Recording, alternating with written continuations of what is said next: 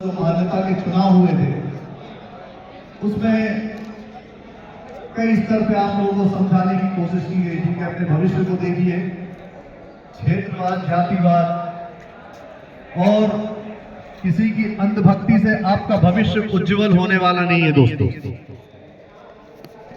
और जो इंतजार था आप लोगों को पेंशन का, वो इंतजार की घड़ियां भी समाप्त होने वाली हैं। 1 अप्रैल से आप सभी ने देखा भी होगा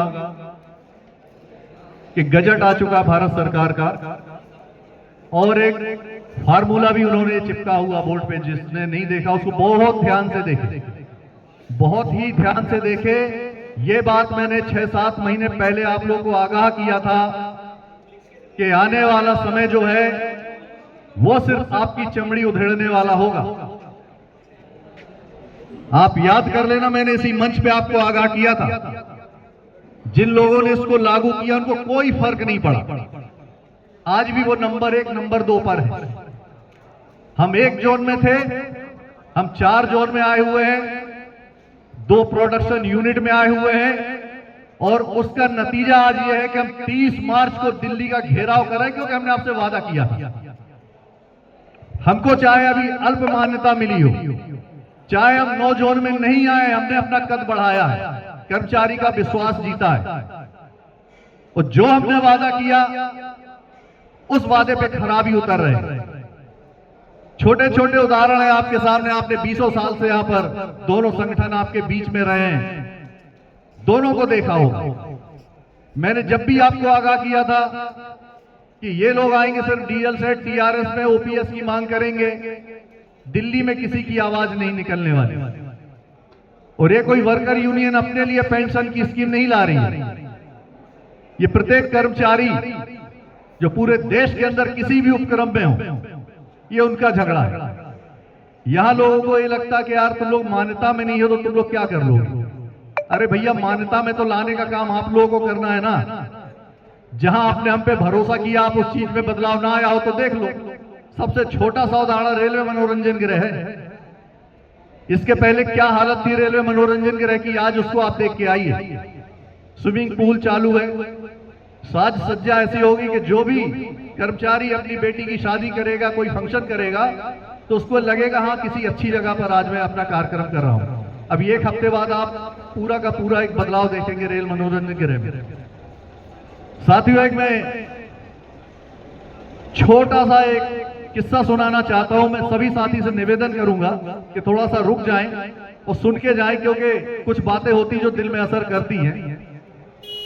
आप सभी ने एक हिटलर का नाम तो सुना होगा, जर्मनी का चांसलर था।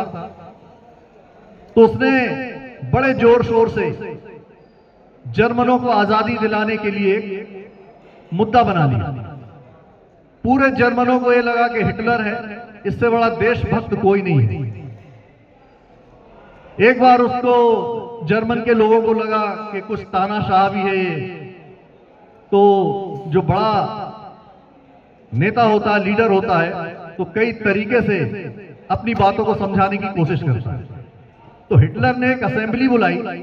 ये उदाहरण मैं इसलिए दे रहा हूं कि हमारी आपकी जिंदगी से जुड़ा हुआ साथी, बड़ा एक सच्चा किस्सा है, ये कोई कहानी नहीं है। हिटलर ने एक असेंबली बुलाई, पूरे अपने समर्थक बुलाए और उस असेंबली में एक मुर्गे को लेकर पहुंचा। सब बड़े ताज्जुब में, इतनी बड़ी असेंबली में हिटलर मुर्गा लेके क्यों आया। उसने टेबल पे बैठ के उस मुर्गे के एक एक पंखों को छीलना चालू किया, तोड़ता फेंक देता, तोड़ता फेंक देता। सारे लोग बैठे ताज्जुब कर रहे थे कि अरे हिटलर को क्या हो गया, तो बड़ा तड़प रहा है मुर्गा। और मुर्गा चूंकि इसलिए भाग नहीं पा रहा था, उसे मालूम था मेरा मालिक है, मुझे दाने चुगाता है। और वो दाने चुगते चुगते उसका गुलाम बन चुका था। अब आपके भी एक एक पंख तोड़े जा रहे हैं। कैसे तोड़े जा रहे हैं आप लोग खुद जाके इसकी कल्पना कीजिए। कभी डीए रोककर, कभी प्रमोशन रोककर, कभी भर्तियां रोककर। हमारे एक एक पंख है, आपकी सुविधाओं को काट कर एक एक पंख नोचे जा रहे हैं।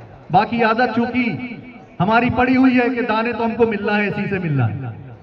करते करते उस मुर्गे को पूरे के पूरे उसके पंख उखाड़ के फेंक दिए। खूब तड़पता रहा मुर्गा, खूब तड़पता रहा, भाग नहीं पाया। और फिर उसने उठा के उसको फेंक दिया मैदान में। मैदान में फेंकने के बाद ही मुर्गा अपनी जगह पर बैठा रहा। तड़पता रहा, बाकी बैठा रहा। क्यों बैठा रहा? सबको बड़ा ताज्जुब हुआ। अब बिना पंख का मुर्गा कैसा दिखता होगा, आप अंदाज लगा लो कि आपकी सैलरी से डीए हट जाए, इंक्रीमेंट हट जाए, प्रमोशन हट जाए, तो वो छिले मुर्गे की तरह हम सब हो जाएंगे।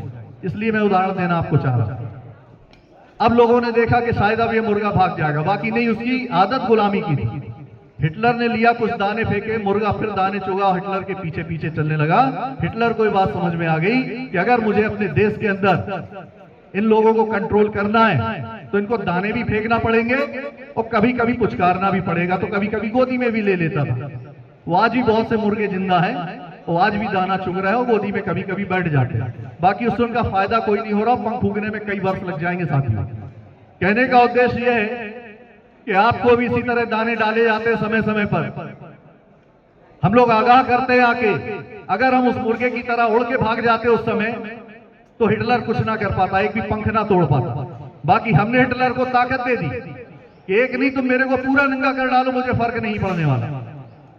अभी भी समय है, अभी भी हम वादा किए आपसे कि ओपीएस की जंग को हम जब तक जारी रखेंगे जब तक कि नौकरी पे रहेंगे। बाकी जिन पे आपने भरोसा किया, आप बता दीजिए, नोटिस आ गया 1 अप्रैल से आपको ऑप्शन भर के देना है, या यूपीएस में जाइए या एनपीएस में जाइए। स्थिति सबको मालूम है, कई लोग हो सकता पढ़े लिखे ना हो, उसको लगा है नोटिस बोर्ड पे, आप देखिए 10 साल सर्विस वाले को 1,37,000 एक मुश्त रकम।